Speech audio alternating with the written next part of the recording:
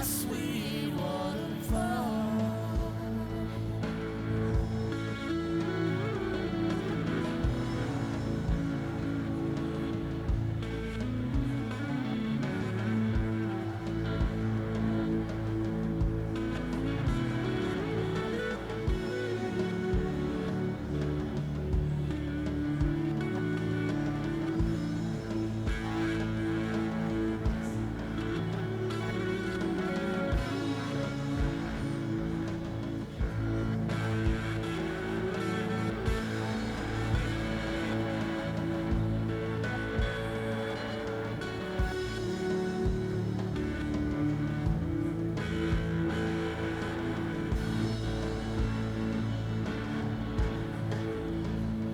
I can see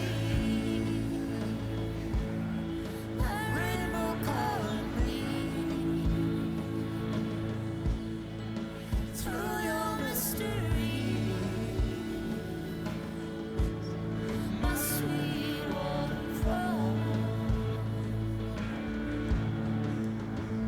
Waterfall for a million days. Oh, with me for a million days, my sweet waterfall.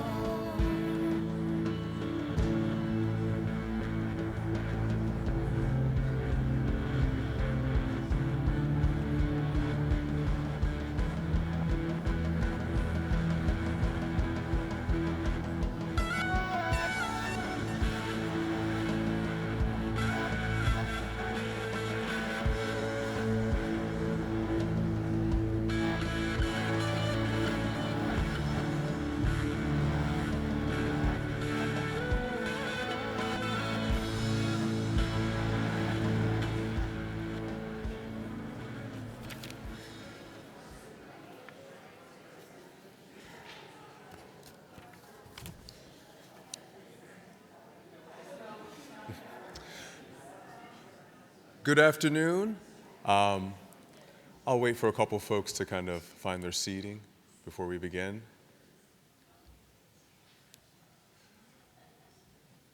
Welcome. My name is Ryan Austin Dennis, the Adults Program Associate at the Cleveland Museum of Art. It's a pleasure you can join us for this year's Fran and Warren Rupp Distinguished Lecture on Contemporary Art. This fund provides regional audiences with direct access to lectures and discussions by today's leading contemporary artists at the museum.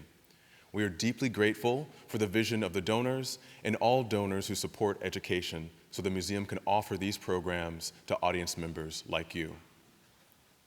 Before we begin, please take a moment to silence your phones to prevent disruptions during today's talk. And for your awareness, the back 2 rows of the first floor are for visitors with mobility challenges. So I ask that you please leave them open.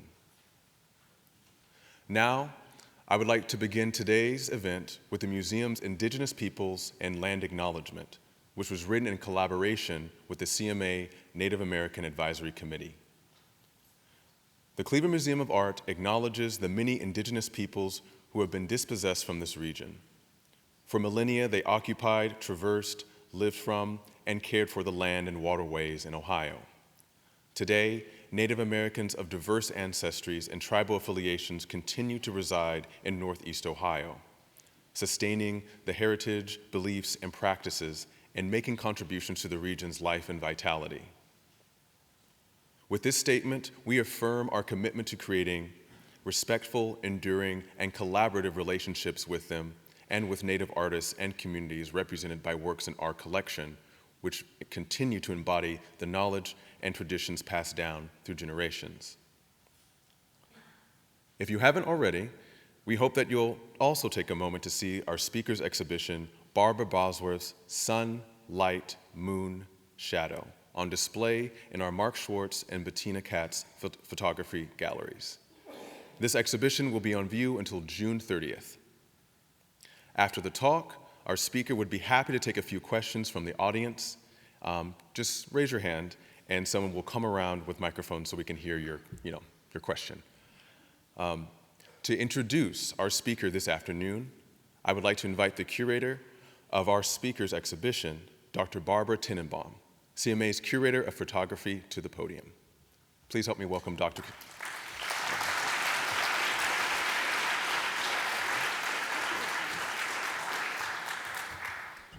I'm a little shorter. Good afternoon, and I want to add my own welcome to the Cleveland Museum of Art. I'm Barbara Tenenbaum, the museum's curator of photography, and it's my privilege today to introduce Barbara Bosworth. As you just heard, her exhibition is upstairs in view in the Mark Schwartz and Bettina Katz photography galleries. And let me tell you, it takes a village to put on an exhibition and to put on a lecture. So I want to express my thanks to all involved here at the CMA in so many different departments. If I named them all, we would not have time for Barbara. I owe deep thanks to Barbara Bosworth for creating such moving art, and to her studio manager, Emily Sheffer, who made organizing this exhibition such a smooth and joyful experience. Barbara's exhibition is brilliantly timed to coincide with the total solar eclipse that we are all going to experience here in Cleveland in just 5 weeks. That brilliance is not mine, however. Credit for that goes to Tina Katz, who's in our audience. Way before I or most of us had heard about it, Tina let me know that Cleveland was going to be the center of a total solar eclipse. And then she reminded me that Barbara Bosworth had photographed eclipses and other celestial phenomena.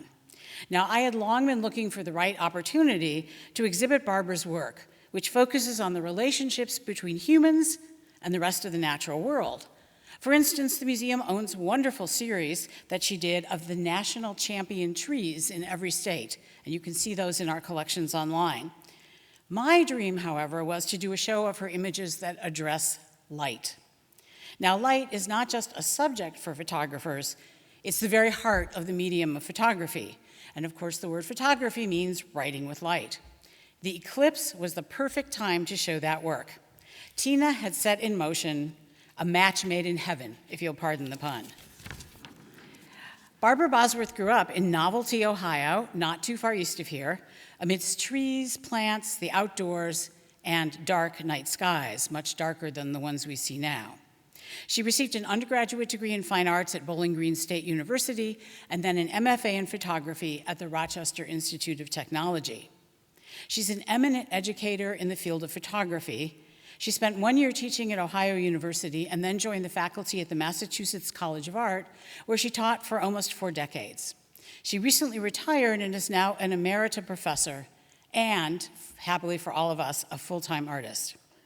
Given the long list of her exhibitions and the museums that own her work, you would think Barbara had never had any responsibilities other than making art.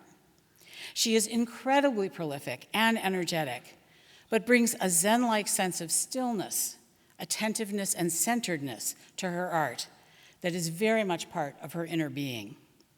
She finds delight and solace in her connection with nature, and through her pictures, she transfers those feelings to us. I've already had several people, actually many people, tell me that they intend to visit her show here often because Barbara's images of the natural world offer them a joyous respite from their everyday world. Her photographs refresh and renew our spirits. Please join me in welcoming to the stage a true poet of light, Barbara Bosworth.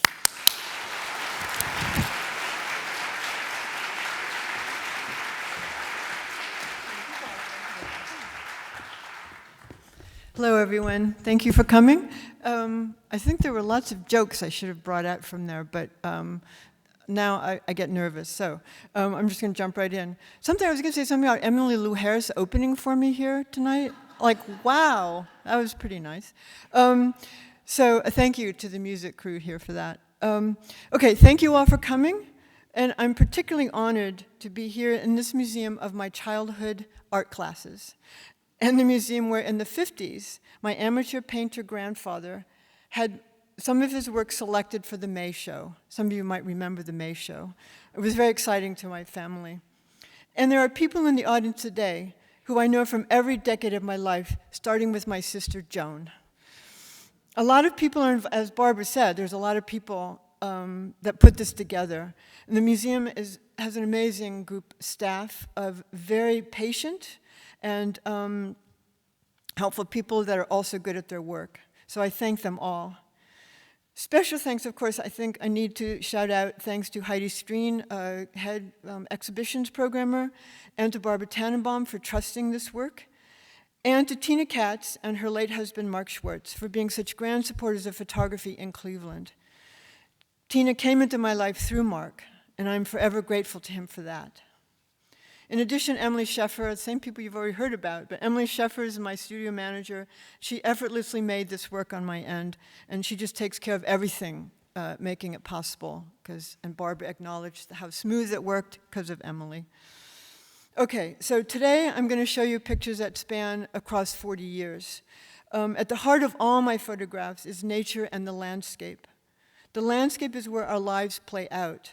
Everything happens in a landscape. I'm interested in that human and nature interaction. Overall, photography has been a way for me to observe closely the natural world. It is about looking. My work reflects my life. Something happens in my life. It finds its way into my photographs. It just ends up there. It is personal. A couple things to keep in mind before I start with the images. The images are not necessarily chronological, so don't try to piece it together that way. But I have these stories I weave back and forth, and to me, it's all one story. It's all connected. I exclusively work with an 8x10 camera, which is think of it as a box with a lens on one end, film on the other, on a tripod. Slow and clunky. So Cleveland has been in my life my whole life. I moved away after college, but I returned several times a year when my parents still lived here. And later, after they sold the house, I came often to visit my sister. All my photography begins in Novelty, Ohio. We are the place we are from. As the writer Jamaica Kincaid says so succinctly and beautifully, and I quote, "You and the place you are from are not a chance encounter. It is something beyond destiny. It is something so meant to be that it is beyond words." So, I grew up and was shaped by the forests of Chagrin River Valley east of Cleveland. My father, a woodland romantic, and my grandfather, a painter by passion, not profession, took my siblings and me on long walks along the paths that cut by our home. Some days, if we were feeling wild, we left the established paths to follow the stream bed to wherever, looking for crayfish in the low water of summer, or a tanager in the canopy above, or seeking smooth ice for skating in the winter. Always our meanders were quiet and slow, as I learned to love moving through these forests. So I start with this photograph, which is a view out the window of the house I grew up in. And I start with it because it's a perfect way to talk about the way I learned to see the world through a rectangle.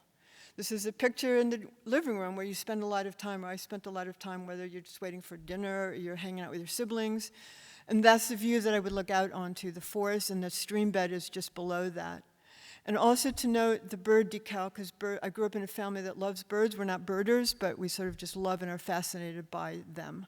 And so they figure a lot in my work. And then there's that decal that my parents had on the window, right, to prevent, the idea was it would prevent birds from flying into that glass. Okay. So just as an emphasis of the importance of, we did do a run-through on this. I know we did a run-through on this. I'm hitting the next button, and nothing is moving. Sorry, I can't see anybody back there. Can I do something on the monitor, maybe? Oh, there it goes. But I don't know what made it do that time. Does it sense my nervousness, maybe? It works perfectly when no one's here. Okay, anyway, to emphasize the importance of my beginnings in novelty and that landscape that I grew up in, I'm showing a few slides of that stream bed. And this is, early on, I started thinking photography's got to be important in my life, so I'm in grad school.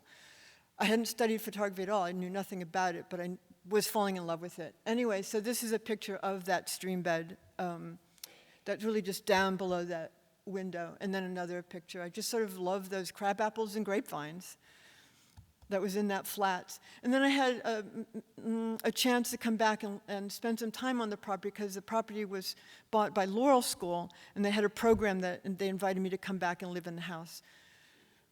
But the point now is that I had a chance to come back later, and then I wanted my sister to be involved with it too, because I think the stream was just as much in her life as mine. So this is a picture I made of my sister, and just sort of to honor that place, that stream bed. Just a few, I'm going to click through these quickly because it's more of the stream.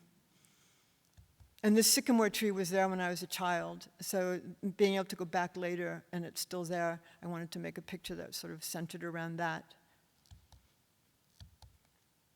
My earlier photographs were peopleless, formal views of the landscape. It's really as me trying to figure out how to put the crazy 360 degrees of the world into a rectangle and to make sense about it. And I've always loved waterfalls. I am a sucker for waterfalls, so I would hike up to those with my camera. So this is one in the Columbia River Gorge, La Tourelle Falls, but I'm also interested in geology because I'm fascinated by what underlies the structure underneath the landscape we see. So here's where it's laid bare in this beautiful basalt amphitheater. And you can, it's very tiny, but you can see right there, there's a human right there posing for their photograph to be taken. The photographer's off the frame, but the back is turned. And so again, it speaks about that interaction with, in photography, don't we go someplace to have our picture taken. Anyway, so there's lots of elements that I love in here, thinking about landscape. But front and center is just that water seemingly falling from heaven, from just somewhere. It's just falling. Okay, so keep going. But I don't think of myself as a big vista photographer. I don't think I look at large, grand views. I love the sort of details along the way. I could so easily become a wildflower photographer. So this is some foxglove along the trail I was walking. I also began to realize I was interested in the way the animals are in the landscape too. So this is called Spot Where an Elk Slept. It was in Yellowstone National Park. I was out for a walk in the morning, and you noted where all the animals had bedded down for the night. And birds figure a lot in the work. So these are, it's called Swallows, Platte River. And they were just, yeah, my camera's slow, and this is 2 exposures. But anyway, they're happy because they're feeding, because they live underneath that bridge overhang. And yeah, beautiful foggy morning. And spiders. At some point, my parents start moving themselves into Florida more for longer periods of time, and so we're visiting them at the holiday time. And anyway, they have impressive spiders, and I'm so in awe of that. It's so vulnerable, but amazing that some creature made that. This picture's in here because it's part of the Spiderweb series, but I also have to take a moment to sort of introduce the fact that my nephew was very willing, always a ready participant in my photo adventures. Whenever we could get our schedules to match, he would join me. So I've just asked him to hold the dark cloth there so it would isolate that web against the brush of the background. So that's a picture of Jeff with Spiderweb. Fireflies are such magic. You'll see a firefly image in the show upstairs, but I grew up with them in Ohio, and this is specifically Massachusetts meadow that I photographed for a decade and a half or so. So I'm also really interested in just nature, right? So these are my firefly pictures.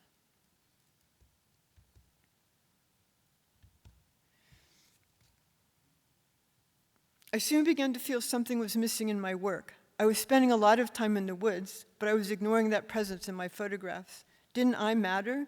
Didn't humans count as part of nature? I became interested in the ways we interact with our environment as sightseers, swimmers, fishers. This image is called Mom and Dad, Rocky Mountain National Park. And I include this in my lectures because I think it explains a lot about my thinking with photography. My father could spend hours just watching the light roll across the landscape. And he loved being in the mountains. We would vacation as children, families, we would go out, but then they continued that. So he would stand there for hours, and my mother just loved sharing the wildflowers with us that she could identify. She would often have her identification book with her, tell us about that. So I just made this picture to sort of, that I think talks about the parts of my parents that are in my photography. And the idea of that long look, that with that camera that I mentioned, it's always about a slow and long look, and that just joy of watching light move across the landscape. This is called My Cousins Gathering Clams for Dinner. They're my mother's first cousins, so kind of second to me or something, but they lived down in Wellfleet, so we often would go there in the summer to visit with them, and a tradition was to go gathering clams, and the men are out fishing, and We hope they come pick us up because it's a 10-mile walk back. And then we all have dinner together from the sea later that evening. So I'm also thinking this time about the idea of Earth sustains us, where food comes from. It led me into spending some time with hunters who hunt for food, not trophy. But so it led me through that kind of thinking of that basic interaction with nature, right? How it sustains us. Oh, I think the next one is sort of, oh, no, I took that one out. So this is called Artist's Bluff, White Mountains near in New England. And it's for me, I had to walk up to a place called Artist's Bluff because I love that name. So and this was the view from Artist's Bluff. And for me, this is a photograph sort of speaking about that kind of interaction, seeing sights, and about that long look. Again, kind of what photography is. It allows me a long look. And I also think a lot here about the fact that it's a very luxurious relationship I can have with the landscape, that I can just sit there, gaze romantically out onto the landscape. I'm not down in it trying to survive and find my food. So it is because of the time and place that I grew up that I have that luxury. But again, but it also is about that long look and just how I love just, like my father, just looking out at the landscape around us. Okay. Diana's Bath, another waterfall up in the White Mountains of New Hampshire that I hiked up to this time with my niece when she was younger. And we just hiked up and made this picture of this waterfall. It's called Diana's Bath. I was also drawn to the name of going to see a place that had the goddess's name on it, the woodland goddess. And with the little nymphs, I guess, running around. At some point, I began asking myself, why do I have to be somewhere else to make photographs? Why can't the pictures be the places I am, not somewhere out there, not somewhere else, but here, the literal and metaphoric backyard? So I began looking at my family's interest in nature over generations and on that place where I grew up, and extended, not just there, but that interest in natural history through generations. So this picture is called Picking Wild Roses and Blackberries in the Backyard. This is in Novelty. And my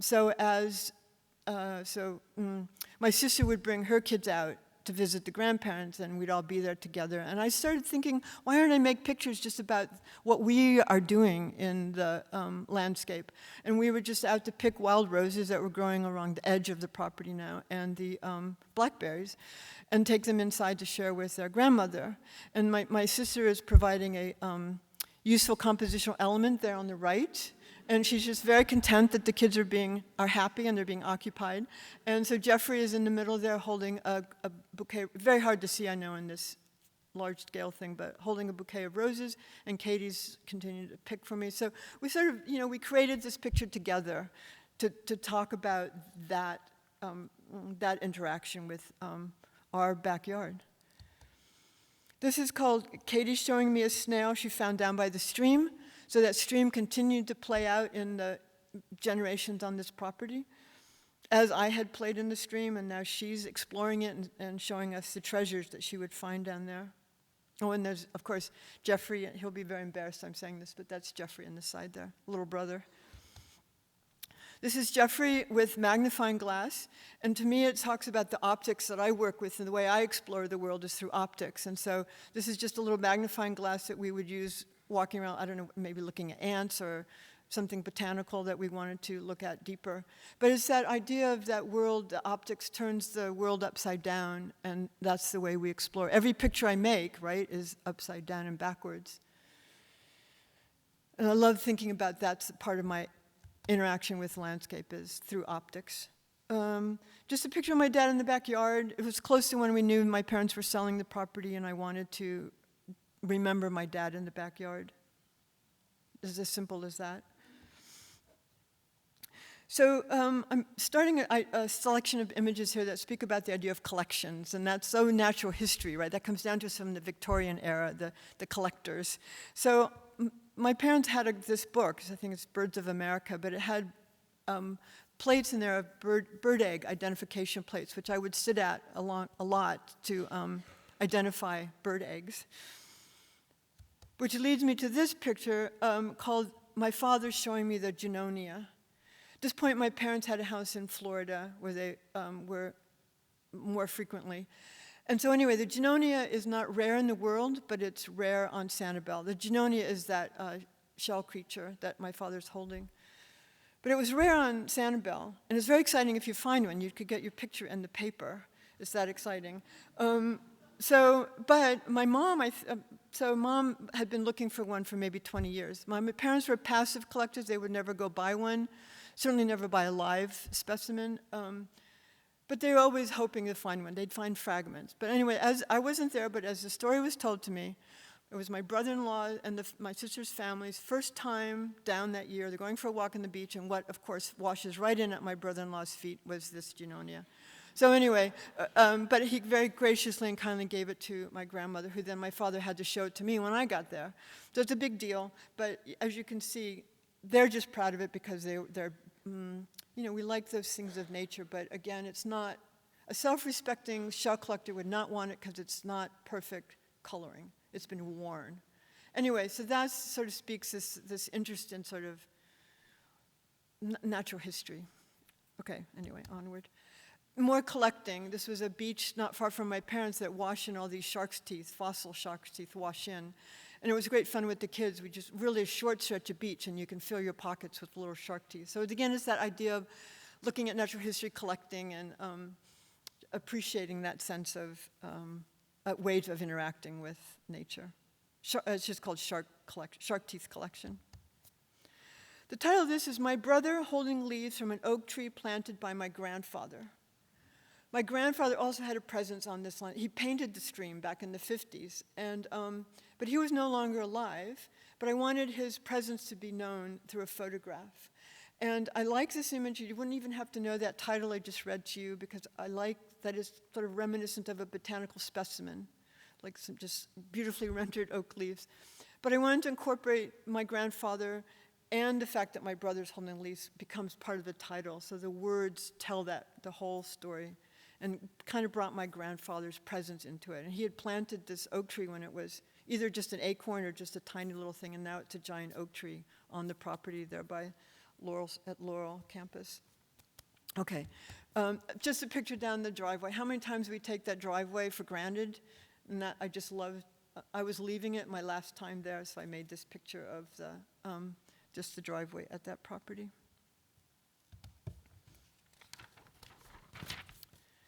Then someone close to me died. He wasn't family, but we were close, and it was a violent and sudden death. It shook my world. I began photographing my loved ones with a fervor I had not before known. By securing my world in a photograph, I convinced myself it could not totally be taken away from me, which is not rational.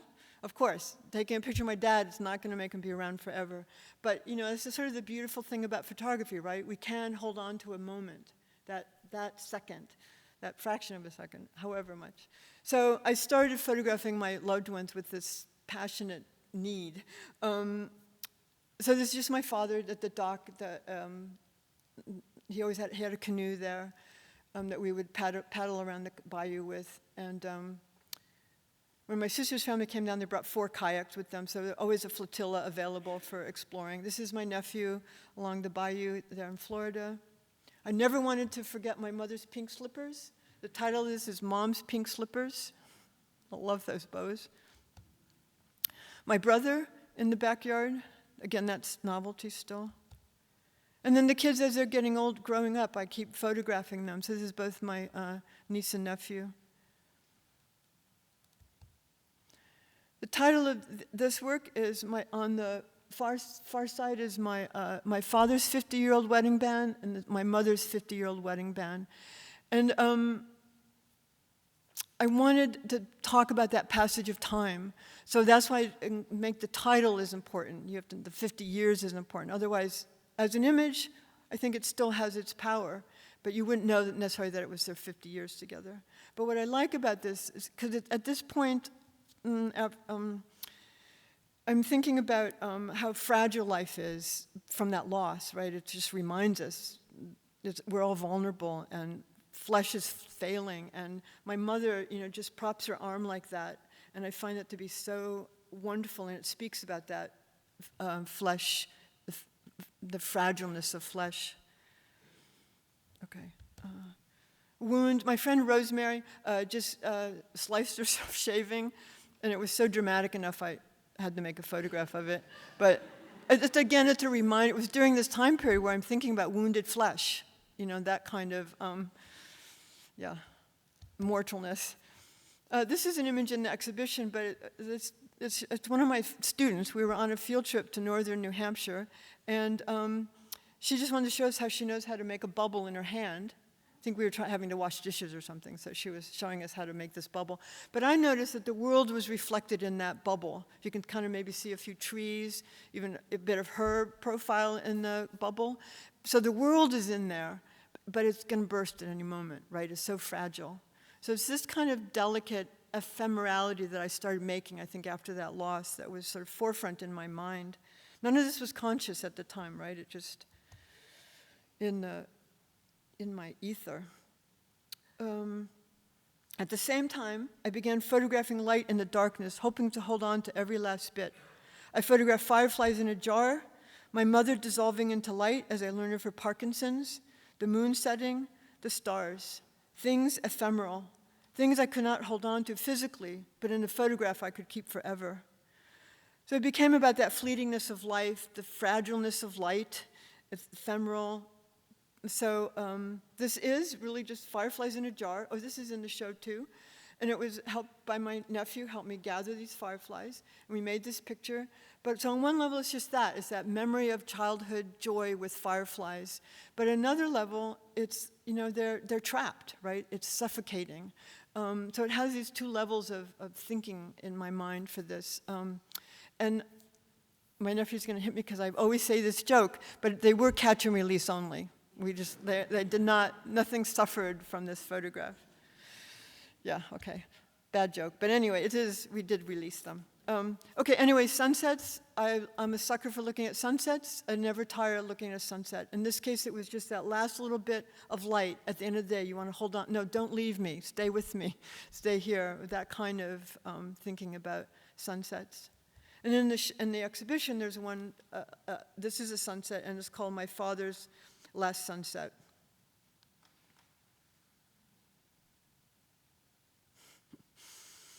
I'm just fascinated by the way the sun was projecting through this really deep, dark forest. There's tall cedar trees around, but the sun was coming right through that, and it was really just about that. Again, looking at light as much as I could in the darkness. Okay. This is the photograph that year. This is my mom, and there's just Christmas tree lights sparkling on her, but this was the year she informed that she was diagnosed with Parkinson's.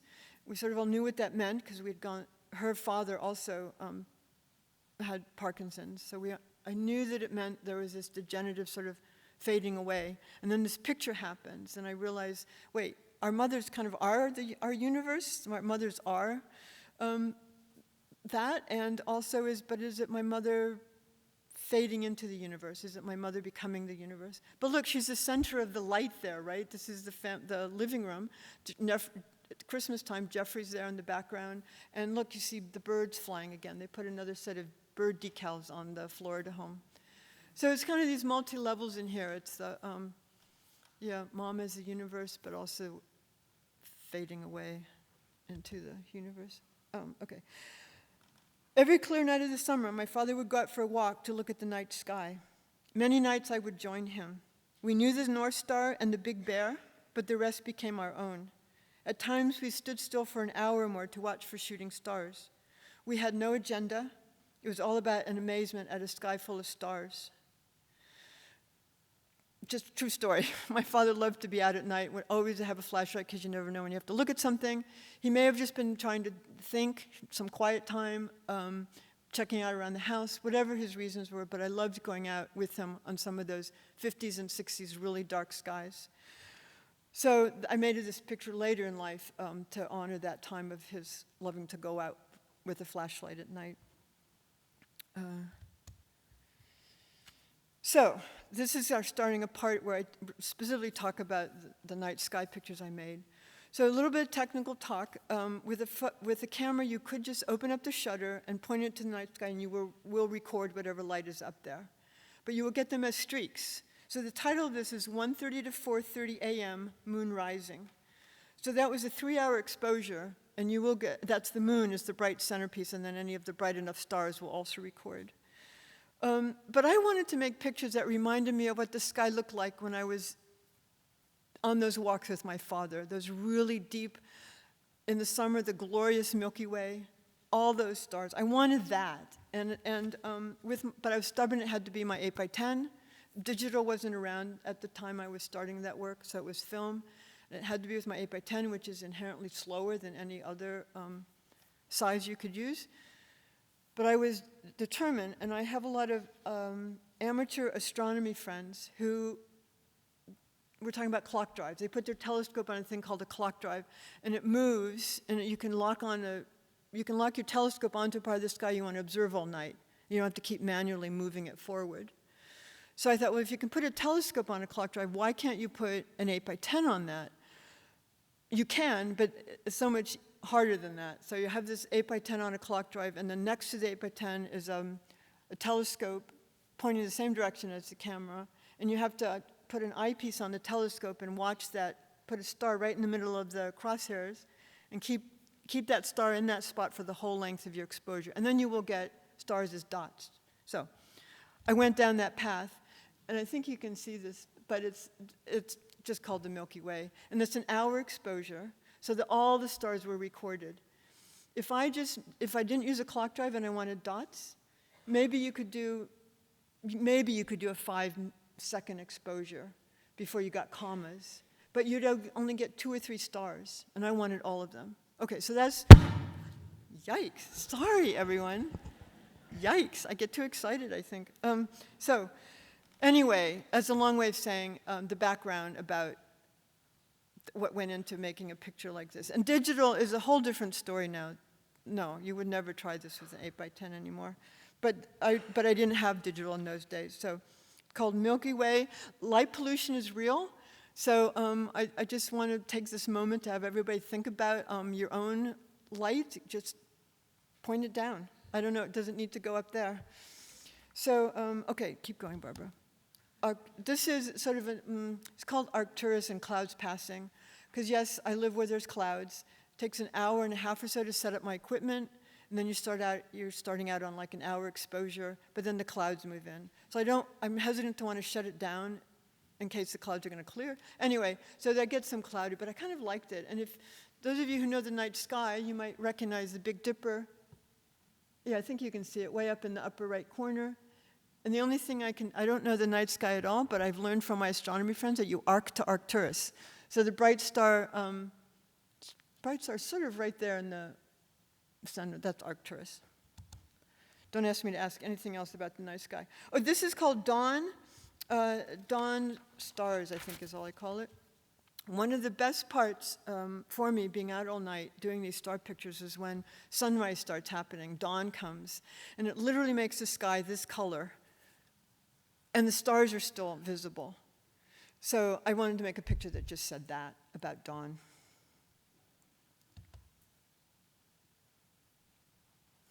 Oh, it's a blank slide, okay.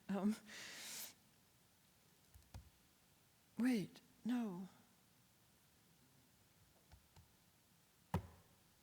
Oh, no. Okay, well, we'll move on.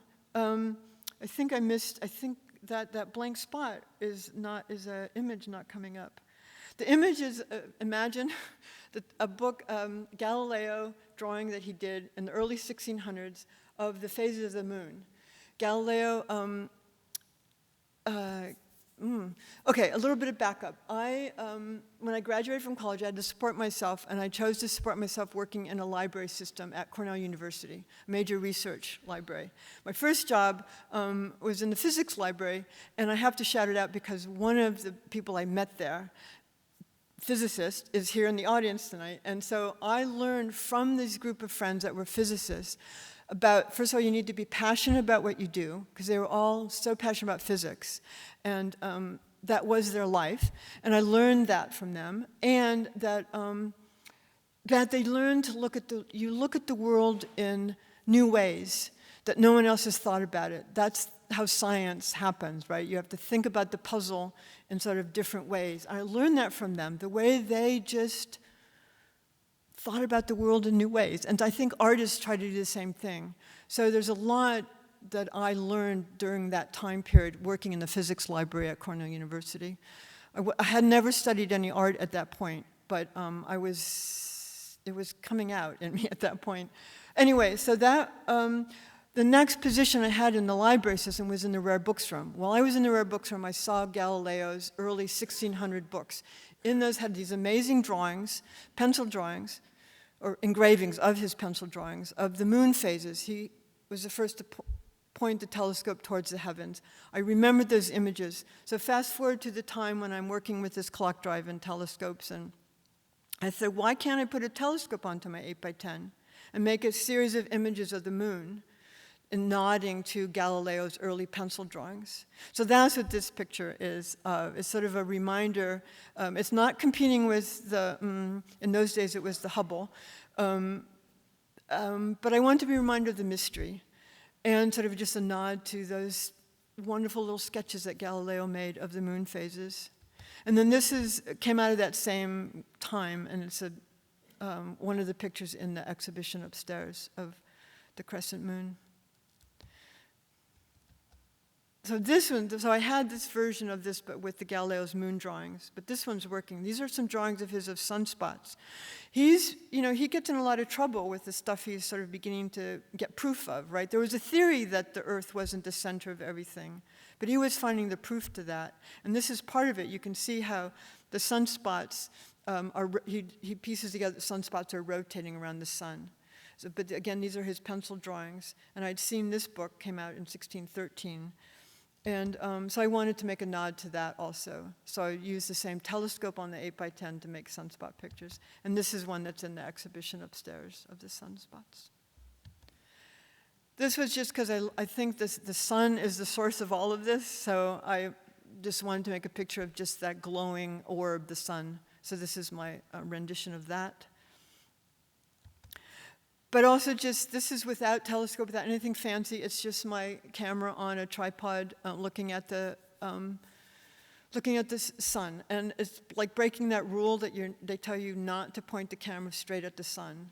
So, right, you sometimes have to break that rule. And I just love, I don't know, the variety of blues up there. And I don't know where the yellow comes from, but I just love this sort of pasteliness of these little sunballs. Okay, so I also write the dates of an eclipse is coming up. I put it on my calendar because I try to make it so that I can get to one. But this is one that was occurring where the eclipse was going to be setting at sunrise. So this is down at the coast, and it was anyway. I drove and got to the beach by 3 a.m. and set up the camera and sort of. This is probably about an hour and a half exposure as the eclipse is happening. It's a total lunar eclipse. So the eclipse is happening just as the moon is setting into and the sun is starting to come up. So anyway, that's my total lunar eclipse over Cape Cod Bay. Sometimes the clouds roll in, but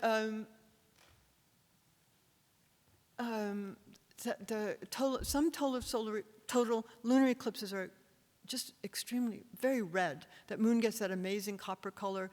Well, then that's what's reflected on these clouds. So I decided that was my picture for that night, just to photograph the color of the sky of a total lunar eclipse.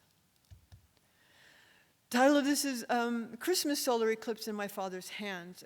So it was a year that on Christmas Day, there was going to be a solar eclipse, not a total like we're having here next month, but a partial, still pretty exciting. And I'm lucky to be in the family that I'm in because everyone was excited about it, so we could put off the Christmas traditions until after we dealt with watching the eclipse. But anyway, maybe I'm repeating myself to most of you, but it's just the solar eclipse reflection.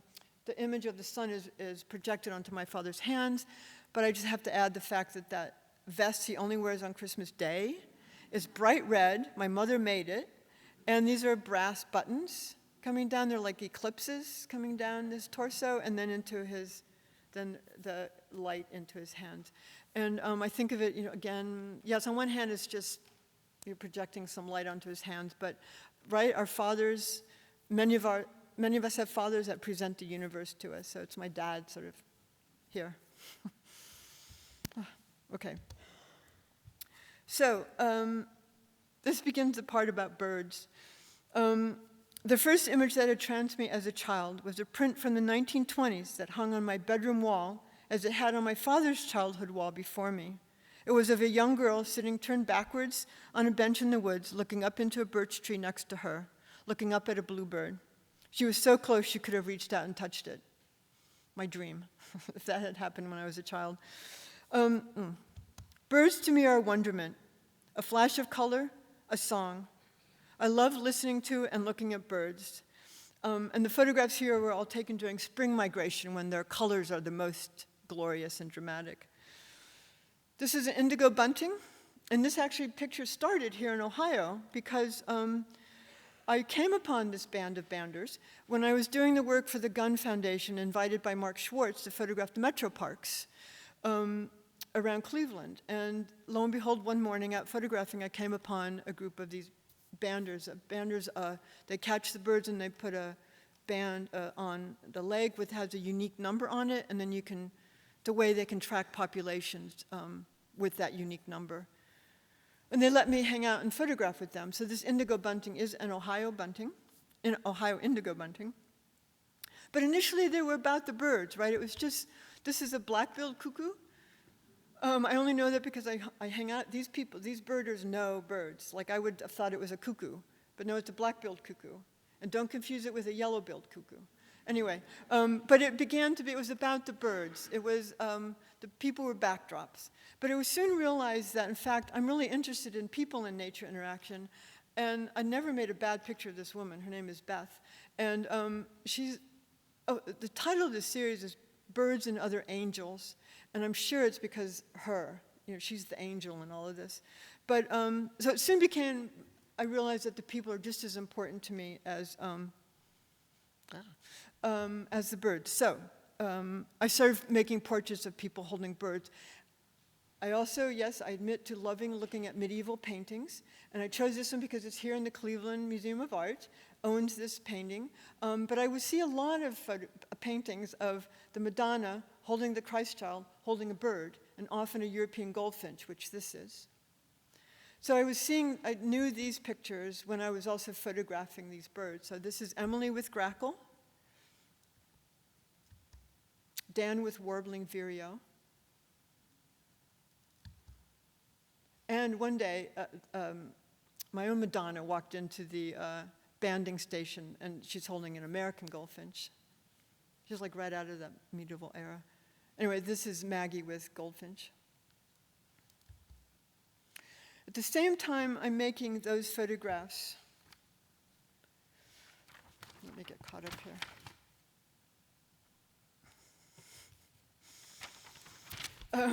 At the same time I was making this work, I saw the paintings by Fran at the exhibition at the Metropolitan Museum of Art.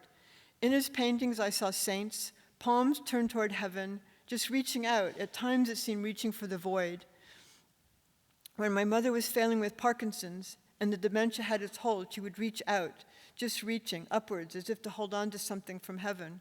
Once I asked her what she was reaching for, and she replied very matter-of-factly, "Oh, the birds." So I'm making this picture of these banders, and they're getting these birds, and then at some point they're releasing them, and it's this gesture of these hands. And I'm seeing the Fra Angelico show at the same time, where all these hands and things flying, the angels are flying around, and this guy down here is saying, "Oh my gosh." So there was a lot of hand and wonder, and here's another Fra Angelico where, there's just hands, more wings, hands. So I'm seeing this work at the same time that I'm making these photographs with people holding these birds and letting them go. So I started photographing that moment of release. So here's Beth releasing a goldfinch, that moment of that gesture. Darn, I'm sorry I did that again. Sorry, that must hurt your skin or something. I'm sorry. This is Molly releasing a bird. The bird is gone, so it's really for me that gesture of that,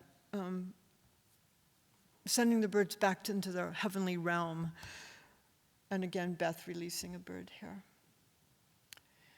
Reaching out, holding on, letting go is what these pictures are about loving and losing, learning to let go. Because it was this time with making these pictures around my mom and learning to let go. So this led to a short series I'm just going to talk about. Became a book called Behold. I've already mentioned how my mom, let me just go to my text here. When I got the word my father was dying, I was traveling and away from home, but immediately got a flight to be with him. I have to just do a little side here, because that trip, I was making the trip to come to Cleveland to be part of the celebration of that gun show that happened, again, organized by Mark Schwartz for the Gun Foundation collection of 12 years of that work they had done around Cleveland. And I was fortunate and happy, and my father was so excited I was going to be in an exhibition in Cleveland. But I got the phone call when I was on my way to that celebration. The book I had with me on the road serendipitously was a book about birds migrating. My father was already dying when I arrived at his side, because I drove straight to the Hopkins parking lot, put my car there, and got a flight to Florida. Never made it to the museum. My father was already dying when I arrived at his side. I read to him all through the night about birds migrating, birds flying. He always wondered, how do they know where they're going? How do they know how to come home? And it's that part that I think was the most important for him, that idea of coming home. How do you know how to come home? So there's that. I'm reading that book to my father all through the night about birds migrating. Later, as we're gathered around him, he's dying. My mother once again reached for the bird she saw rising over him. So these are pictures I wanted to make to sort of honor that sense of just these birds, what I imagine my mother was probably seeing in describing this over her loved one who was fading away. So on one hand, they're just I have my studio's on the second floor of a building. The bird feeder's on the ground floor, and when the snow is covered, I can see the birds flying from the feeder to the trees. So I just started making. This is digital. I could not do this with an 8x10 camera. So I just wanted to make these pictures of these birds silhouetted in their flight from the feeder to the trees. So these pictures were sort of meant as that kind of thinking about what my mom was seeing as my father was dying. And this is the last group of pictures I'm going to show you before a few others. This is in 2022, my father would have been 100 years old. Emily Sheffer and I were in residence at Tucson-Talk in northern Michigan. Tucson-Talk is an artist residence that if any artist sitting in this room should be applying for it. It's an incredible experience. We're very lucky to have been accepted. We proposed to make a book, a dust collective book. We did that, and then we made this one in addition. A fabulous situation up there. They understand artist needs, and you're well taken care of and respected there. Anyway, lots of time to work. So we were in Tucson-Talk in northern Michigan during the month of his birthday, what would have been his 100th birthday. So with Emily and Dust Collective's help, we put together this book to honor him. It's titled Swifts, and again refers to his love of birds and the awe he felt when watching them. So let me just walk you through the book. As you can see, it's just a cover of clouds. Very faintly, the Swifts is the simple title we put there called Swifts. And you open it up and you see more cloudy sky with maybe now you realize you're above the treetops there. More clouds, but then you realize, there's this beautiful blue inside here. But the way we structured this is normally when books are made, it's folded sheets of paper, but then you would trim off the fold and then you have all your pages. But we didn't trim off the fold. We wanted to keep that so that you would peek inside, and that's where you'd see the birds flying in there. So, and the only text I put in here is sort of well, we tell this acknowledging that was for my father in honor of him, but I put text in there just about Swifts. Swifts live their lives in the air, which is pretty remarkable. Their name is Latin for footless. Their nests are made of airborne material, which that's so beautiful to me. Think about airborne material, and here you are gathering that for your nest. They effortlessly glide the skies. They can cover millions of kilometers in a lifetime.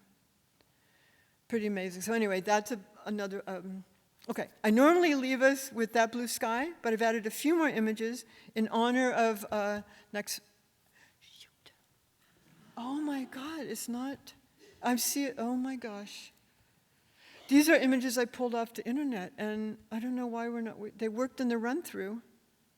Well, there, oh, how did that work? Okay, it was, oh, okay.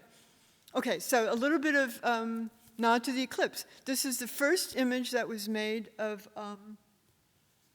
a solar eclipse, a total solar eclipse. It was 1851. It's very small. It's 2 by 2 inches. It's a daguerreotype. Daguerreotypes are slower than anything I've ever used. How they make this work, I have no idea, but they manage. I think because the plate is so small. But 1851, beautiful little image of the total solar eclipse. And then this was 3 years later. It's still a daguerreotype, but maybe they have technology a little bit better, don't know. But this was done by the Langenheim brothers, and it's owned by the Metropolitan Museum, of course. It's kind of this gorgeous series of daguerreotypes of the total solar eclipse, that phases of the moon moving across the sun.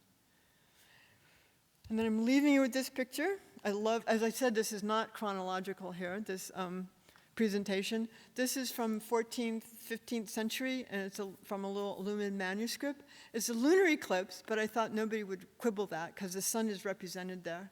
But what I want to leave you with is that joy that woman is proclaiming. Look at that. So I want you all to put those glasses on and just, whoa, look at that. Next month when the eclipse comes. And that's the end of my presentation. Thank you.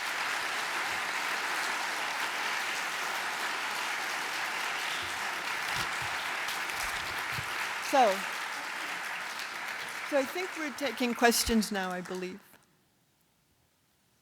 Or we can just go eat. I see a question. Oh, 1 second. I have a mic for you.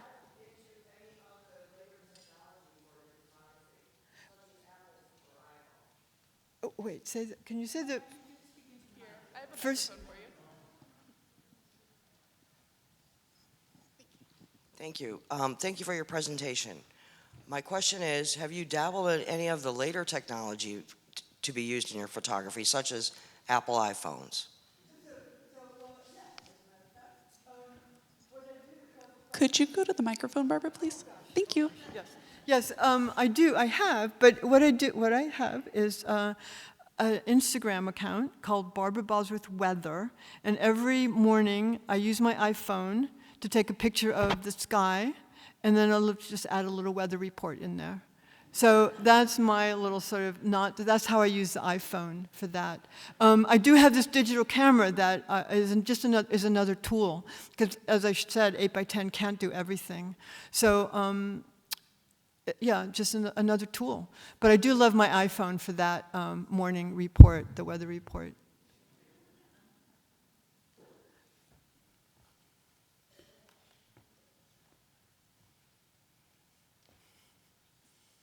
So I'm not familiar with the camera that you're using, but I noticed it was all black and white. So is that just a personal choice, or is that a limitation of the camera? I'm so dramatic and beautiful. Yeah, thank you. So the 8x10, yeah, thank you. The 8x10 is not exclusively black and white, just to clarify that. You can put in color film or black and white into the back of a view camera. And then what was the rest of your question? So yes, the 8x10 for me it has to be an 8x10 because of the way I work. I don't do anything fast. It's kind of suited to me that way. Like 35 mil, I don't know. I never could be fast at something. Photographically, I suppose. But, so, sorry? I guess what I was wondering is why do you just do black and white? Or that's basically what you showed us. Do you ever work in color? Oh, yes. The show is a lot of color in the show. And I think I didn't count how many with each, but there was a lot of color here as well. Okay, yeah. So anyway, but yes, I do work in a lot of color. Yeah. Hi. I noticed that you had multiple images that make up one frame. How did you get 3 images or 4 images together to be one picture? Okay, yes. Oh, hi, there you are. I'm sorry. Oh, so, well, yes, I love working with that sort of expansive. At times, I need to see more of the expanse. So I want to do these triptychs. And it's just a little bit of fussing you have to do at the beginning to level a tripod. And I can go into real detail if it doesn't bore too many people, but the tripod, it's not just about leveling the camera on the tripod. You have to level the part where the legs come together. I think people call that the neck of the tripod, where the 3 legs come. You have to level that platform. And then you put the head on top and level the head of that. And then you level the camera on top of that. As long as everything's level, that is if you want your horizon to be level, then you just, as you make this picture and then you swing it here, everything stays level as you swing it, right? If you didn't have things level, then you might make this picture level, but then you'd swing it here and it's a bit crooked. You could re-level it, but it still wouldn't be precise. Does that kind of help? How I do that? Okay. This was absolutely beautiful. Thank but you. I'm curious, the birds. Yeah. I really liked the birds. Thank you. How did they catch the birds? Okay, so they're bird banders, and they're permitted by I think it's run by the U.S. Department of Interior, so some fish and wildlife category under there. You have to be permitted to do this, but they set up these very faint nets in various parts wherever they want to. It could be a meadow if you're trying to catch a bluebird or something, or in the forest. So they set up a variety of these nets in the woods. They kind of look like badminton nets, that kind of thing. And then the birds fly into that. And then they're very trained, because it's very, I was always too afraid to try it, but you just extract them from the net very carefully. And then they weigh them, they'll measure the wing, they determine what the sex is, they try to age it, take a lot of data, and then they put a band on their leg with a certain number. They only can follow that bird if somebody finds that band somewhere else. So like somebody's setting up a band station in South America. That bird flies in there, they extract it, they read the number, they mark it into the database so that somebody wants to know about that kind of bird population. They'll see, oh, that bird went to South America and it was 5 years old, or things like that. They can't put little cams on the little birds like that. I think they're doing that sometimes now with bigger birds to follow them. They put cams or radios in them, tag them somehow. You can't. The birds are so fragile, you can't really do that with little birds. So it's the one way they sort of track a population. Again, they're trained people. Like, can't just go out and put a net up in the woods and catch birds. They have licenses and they're permitted. Yeah. I was wondering if you plan on photographing the upcoming solar eclipse and where you will be to do that. Yeah, well, okay, location is still being determined, but it will be somewhere around here. The sad part is I am going to shout out my sister because she's just left Ohio for Seattle. Grandchildren, I don't know, right? So that's not a no-brainer anymore of a place to be. So anyway, it will be somewhere around here, and yes, I do plan to make some images of it. So that's to be determined. So the last solar eclipse, what I ended up making was with my little digital camera, and I decided what was interesting me the most, because everybody's got all their gear and their telescopes pointed at that spot of the sky where the sun is, right? But I was looking at the color of the sky 180 behind it. So I just decided that every 7 minutes or so I would just photograph the 180 degrees from the sun, and then just photograph the color of that sky as it changed. So I just have a series of images of that blue changing colors through it until it's dark. So that's how I represented the last one. And I don't know what I'll find on this one, but I will try and image it definitely. It's an amazing experience. And the last American one, was the first one I'd ever experienced. Although I'm told there was one when I was a child that came through Ohio. And I kind of remember it, but I think it went off on, like, fell on deaf ears or something. So that was really my first experience of a total solar eclipse, was the one we just had 7 years ago. Anyway, and it was it's just an incredible experience. And part of me just was not wanting to photograph during that, just to experience it.